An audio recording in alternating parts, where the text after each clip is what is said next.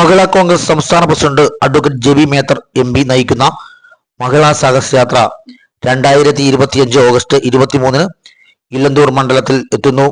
ഇതിനു മുന്നോടിയായുള്ള മഹിളാ സാഹസയാത്രയുടെ സ്വാഗത സംഘം രൂപീകരിച്ചു. സ്വാഗത സംഘ യോഗം കോൺഗ്രസ് ജില്ലാ ജനറൽ സെക്രട്ടറി എലിസബത്ത് അബു ഉദ്ഘാടനം ചെയ്തു. മഹിളാ കോൺഗ്രസ് മണ്ഡലം പ്രസിഡന്റ് സതീദേവി TT അധ്യക്ഷത വഹിച്ചു. മഹിളാ കോൺഗ്രസ് ജില്ലാ പ്രസിഡന്റ് രജനി പ്രദീപ് മുഖ്യ പ്രഭാഷണം നടത്തി.